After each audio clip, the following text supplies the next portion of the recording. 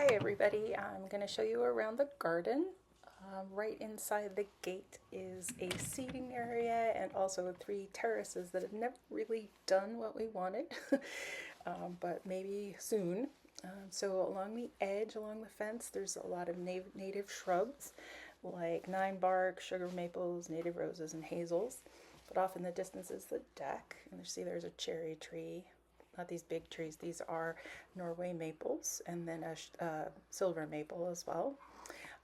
And then we have one of the incredibly resilient hostas, won't go away, a red elderberry, a big comfrey, not quite sure how to use it yet, and a black currant, one of our apple trees, the one that actually bloomed this year. And what you see is that's the beginning of the grape arbor, and another apple tree with a lot of stuff underneath it. It makes no sense whatsoever. And then a weeping willow that grew from a stick from a willow that had been on our property before and it fell over. So a pussy willow, and then back to the black currants and a white native flower that I'm blanking on the name of. So there's a little grove of maples and an oak tree. And on the left is also some American cranberry, and in the back it's asters and goldenrod, mostly asters right there. And in this path you see, I'll talk about it a little more, but you see how the paths work. There's another 2 volunteer maples that I've been fostering, and we have a lot of Virginia creeper. It's a really good thing that it is native, because otherwise that would be absolutely hellish. So in here around this silver maple, I've been putting, there's a dogwood. You'll see lots of dogwoods. Another couple of tall native flowers. I think this area right here is what I'm going to kind of try to work on next, where I'll put in a kind of an entryway to get to that back of the fence so we can maintain the fence. There's more shrubs in there like dogwoods, and this is the big mama dogwood right there in the back. And this is that purple flower I can't remember the name of. And coming up on here, another native or American cranberry, and that cord right there is for the pump. But those, the first peak you see of the rushes that have spread all over, and another really big rush. That I love these things, they look so lovely. And the pump. And I'm going to put in a little bridge right there over the little gutter into the pump. And another one of the paths. This area that you're looking at right here used to be the rain garden, but mostly now it's a naturalized area. And you can see as we're trying to keep access to the back fence. And so there are dogwoods and blue flag iris.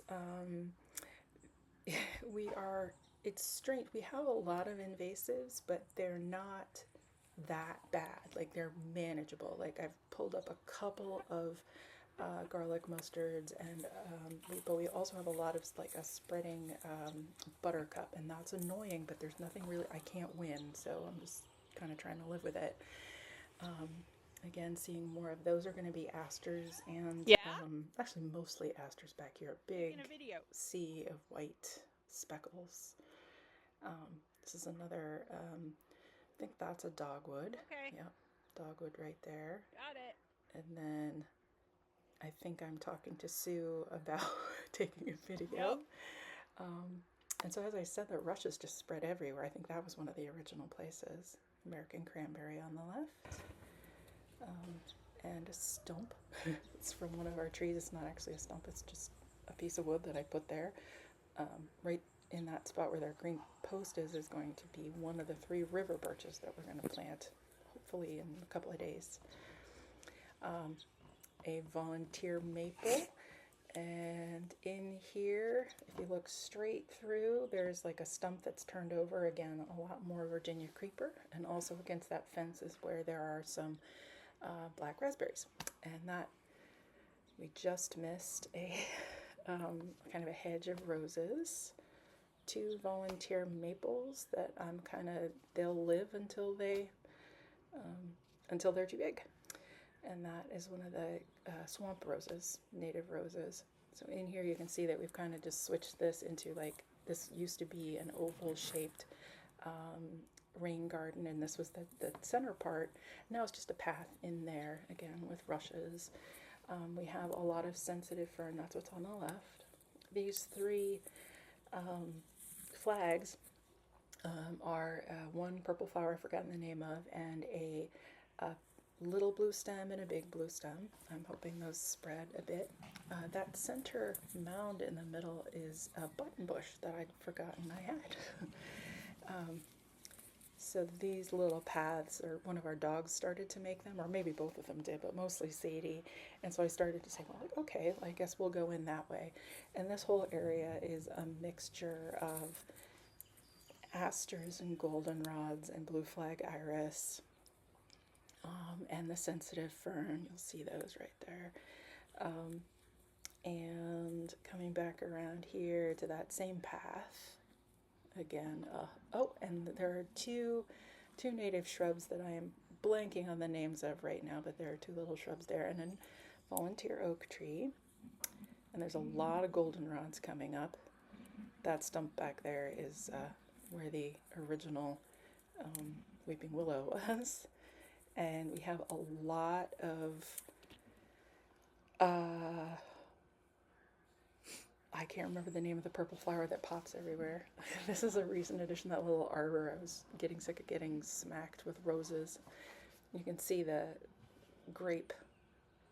grapevines on what used to be our dog fence back there. And this area, you can't really see it right now. That was a very late blue flag iris.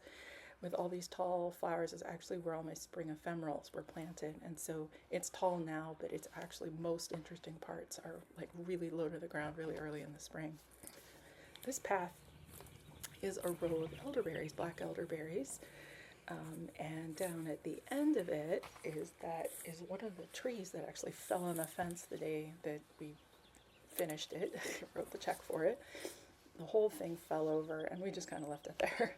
So these are the black raspberries, and again, a little bit of an access point around edging on the fence, so we can always have a way to walk back there. It's partially for access, but also just for enjoyment, because I like to make a lot of like just circuits around the back. And speaking of invasives, this is actually one around that bottom of that tree. Those are two Norway maples. Those are where multiflora rose tend to pop up for us. Underneath that elderberry is one of our currants is can't remember the name of it. One of the currants, so that came over from the neighbor's yard. That's a plum tree in there. We used to call this area along here, this was one of the original beds that came with the house, the kidney bed, because it was kind of shaped like a kidney. And there's a nectarine tree with a lot of goldenrod underneath it, some more irises.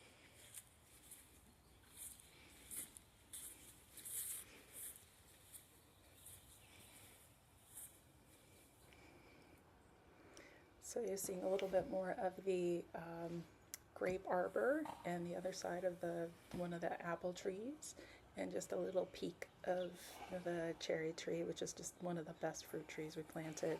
We're not in production time yet, but someday. And as it wraps up here, you see there's a